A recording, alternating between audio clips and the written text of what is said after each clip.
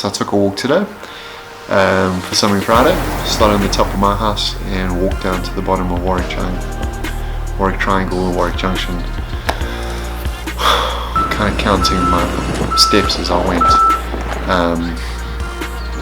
And for whatever reason, it's just been such an incredibly terrifying week, just as the spatial realities of South Africa have accosted me.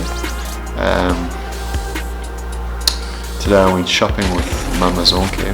It was her birthday about a week ago, so I wanted to take her out so we could buy a dress. It was the first-ish time, not the first-ish, but one of the first times she's been to Woolworths. She's never tried puff pastry before. We bought one for £5 and a chicken which we shared at home. Just the dynamics of seeing her in Musgrave Centres was a complete novelty. It was terrifying. And then drove 1,000 meters from my house, and there was a guy living on the second floor of an abandoned building. And yesterday I went into Catamount to create a documentary for Tembeletu, and was just confronted by the wildness of the poverty and the stench of the kind of sewage running through the streets. Kids, drugs, rape being normal for all the kids we spoke to, the incredible work that team does. And that's 5 k's from my home. It's literally probably 3. Went down the hill to the house. They call it Canaan. Some of the people in Catercrest call it Canaan. Get down and down and down into this tiny little space where this family lives.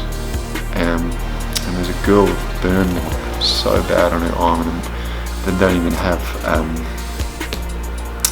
because she doesn't have an ID, she can't get a medical aid, which means not a medical aid, she can't have a car to go to a clinic, so this little girl's burn can't be seen to at a clinic. The radicalness of the haves and the have-nots. I walked back into our house and I was just like, what a palace we live in.